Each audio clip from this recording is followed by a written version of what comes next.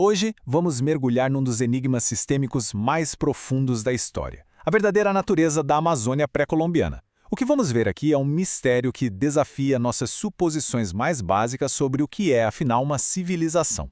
Essa pergunta é o ponto central de uma virada de chave, uma mudança de paradigma que está, de fato, reescrevendo a história. Pense nisso por um instante. E se a maior floresta do nosso planeta fosse, na verdade, uma construção? E aqui está o conflito central. Uma simetria empírica impressionante. Por séculos, o mito de uma Amazônia intocada, selvagem, dominou o imaginário de todo mundo. Mas a realidade que a arqueologia está trazendo à tona, essa é a de um jardim urbano, uma paisagem densamente povoada e, mais importante, intencionalmente projetada. A nossa primeira pista, a primeira grande evidência, vem lá do primeiro contato europeu. O que será que os exploradores realmente viram quando chegaram lá? Isso aqui é um relato direto de Gaspar de Carvajal, um frei espanhol na primeira expedição que desceu o rio Amazonas.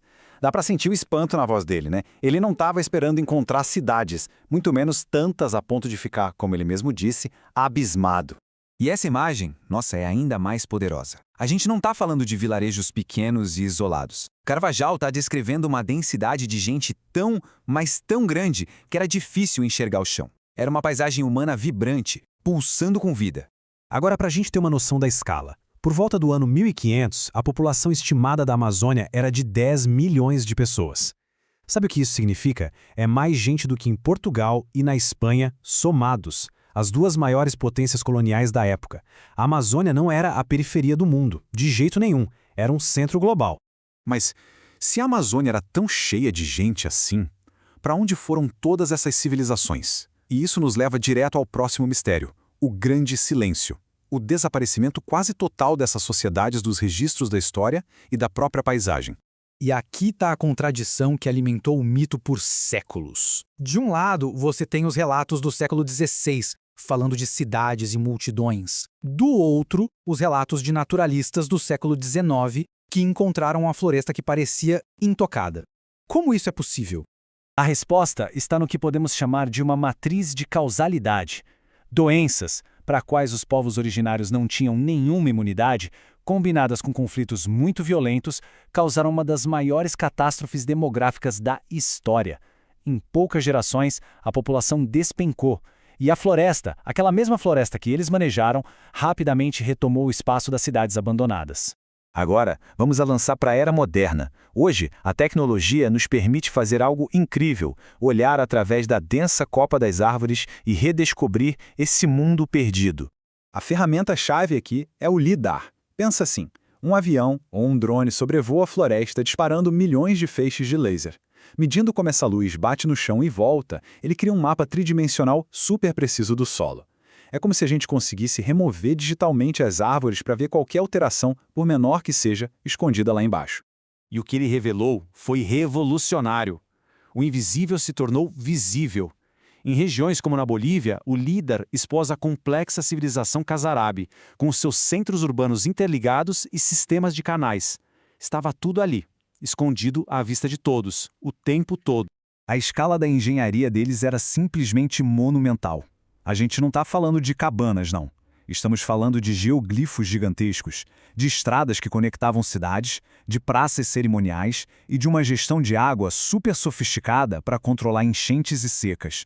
Mas vamos ainda mais fundo. A engenharia amazônica não se limitava a construir sobre a terra. O verdadeiro gênio deles estava em como eles projetaram a própria terra, transformando a floresta num artefato vivo. Apresento a vocês a Terra Preta. Olha, isso aqui não é um solo natural, é tecnologia pura.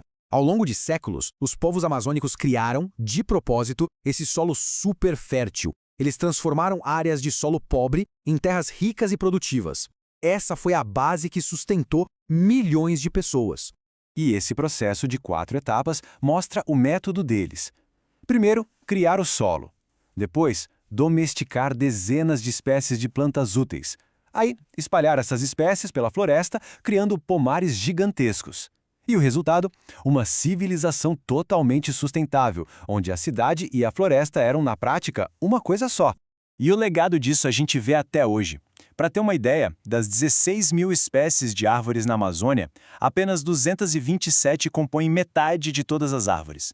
E o mais incrível é que muitas dessas espécies superdominantes são justamente aquelas que foram domesticadas e espalhadas por humanos. A floresta de hoje ainda carrega a assinatura de seus antigos jardineiros. Pois é, isso muda tudo. Estamos testemunhando uma reescrita completa da história, não só na Amazônia, mas do que a gente considerava possível para as sociedades antigas. Com isso, a Amazônia deixa de ser um palco passivo para a história humana e se torna o próprio resultado dela. Não eram pequenos grupos à mercê da natureza, eram sociedades complexas que moldaram o ambiente em uma escala que a gente mal consegue compreender hoje. No fim das contas, o maior feito de engenharia dos povos amazônicos não foi uma pirâmide nem uma muralha, foi a própria floresta, um monumento que respira, cresce e que alimenta. Essa comparação coloca a conquista amazônica na perspectiva que ela merece. É uma realização de engenharia ecológica numa escala que não só rivaliza, como talvez até supere qualquer outra grande obra da antiguidade. E fica a reflexão: se a gente ignorou um monumento do tamanho da Amazônia por 500 anos, só porque ele era feito de vida e não de pedra, que outras histórias grandiosas podem estar escondidas bem debaixo dos nossos narizes, só esperando para serem decodificadas?